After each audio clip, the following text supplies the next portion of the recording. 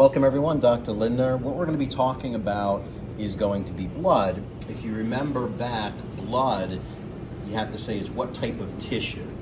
So remember the four types of tissues are epithelial tissue, connective tissue, muscle, and nerve. And the key differentiating factor between epithelium and connective tissue is that epithelium is made up of cells that are closely packed together with little extracellular matrix. What we're looking at here on this plaque is we have lots of cells, they're not close together, and we have lots of extracellular matrix. So if we look here at the plaque, the extracellular matrix is all of this that's found between all of these cells. This is plasma. These are the cells. So we have cells, extracellular matrix called plasma. The plasma makes up about 45% of the connective tissue, whereas the cells are going to make up 55%. So we have, what type of cells do we have here? We have red blood cells. These are called erythrocytes. And then the rest are going to be pretty much white blood cells. Now, when we look at white blood cells, this is our erythrocyte. This is the RBC, or the red blood cell. Notice that it is a biconcave disc, right? It's kind of thicker on the periphery and thinner on the inside. So the inside tends to be a little bit hypochromic because light can pass through the center through the microscope with a little bit more ease. So this is going to contain hemoglobin, and hemoglobin binds to the gases: oxygen, carbon dioxide, nitric oxide. Red blood cells really shouldn't be called red blood cells, they should be called red blood corpuscles, because the cell does not contain a nucleus. In the evolution or development of a red blood cell, it kicks out its nucleus, it ejects it. If this had a nucleus, there wouldn't be any room for oxygen and for all the gases. Now, when we look at white blood cells can be categorized as granular sites or agranular sites. So these three right here, these are going to be granular sites. And what you notice is that in the cytoplasm, it's very sandy and grainy. So these are called granules.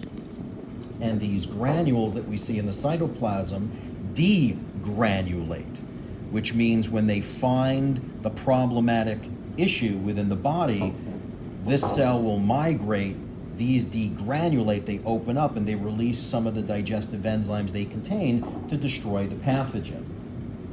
So the three granular sites, I call it BEN, B-E-N, B-E-N, basophil, eosinophil, and neutrophil. Basophil, eosinophil, and neutrophil. Basophil takes up a basic stain. Eosinophil takes up an acidic stain. So this is dark blue. These are large red stained granules. When you see cytoplasm that's very, very reddish, that's going to be your eosinophil. Sometimes on the microscope slide, it's very tough to see the nucleus of a basophil because the dark staining granules will obscure the nucleus. So if you're saying, it's really tough to see the nucleus, which one is it? Always safe to go basophil. Basophils are going to release histamine in the body. Eosinophils, this is going to release histamine ACE throughout the body.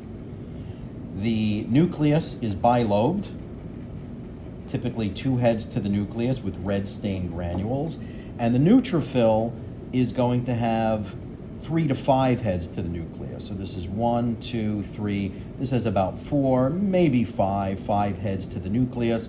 But notice the granules here are much, much smaller than they are here in the eosinophil. So we have basophil, eosinophil, neutrophil.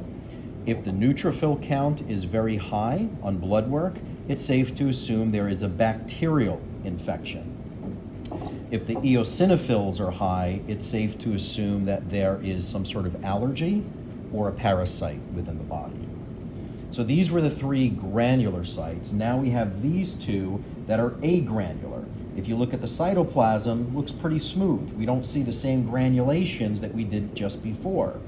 So the one that has the nucleus that's about the same size as the cell, that's your lymphocyte. The largest one is the monocyte. That has your kidney bean-shaped nucleus. This is your monocyte. This is your lymphocyte. They're both agranular.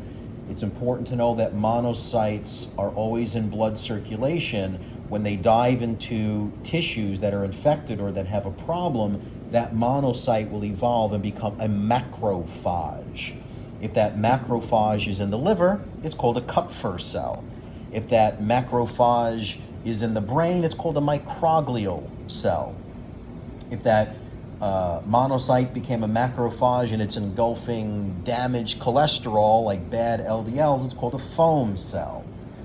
Okay, so we have two agranular sites, lymphocyte, monocyte. We have three granular sites. We have your basophil, eosinophil, and your neutrophil. Last but not least, it's what creates a clot. This is a platelet. Platelets are involved in clotting. We know that if an individual uses, let's say, aspirin is a blood thinner, it blocks the function of the platelet. There are other ways of also impairing platelets' function. It is known that fish oils or omega-3s, we know that garlic, we know red wine, we know resveratrol, we know that these things are all designed to thin the blood. I would not suggest doing all of those, but there are things that come in natural form that can also thin the blood.